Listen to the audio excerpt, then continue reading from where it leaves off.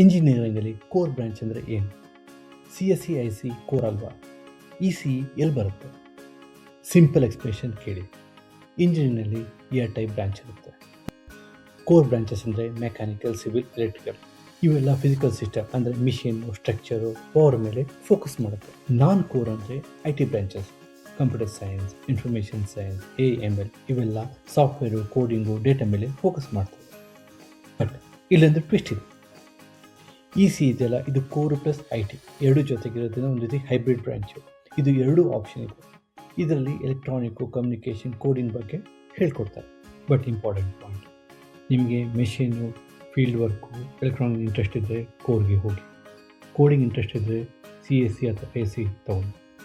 Electronics plus flexibility ಬೇಕಾದರೆ ECE ತೊಗೊಳ್ಳಿ. Interest ಮತ್ತು ಸ್ಕೋಪ್ ನೋಡಿ ನಿಮ್ಮ ಬ್ರ್ಯಾಂಚ್ ಡಿಸೈಡ್ ಮಾಡಿ. ನೀವು ಯಾವ ಬ್ರ್ಯಾಂಚ್ ತೊಗೋತೀರಾ ಅಂತ ಕಮೆಂಟ್ ಮಾಡಿ ಹೇಳಿ.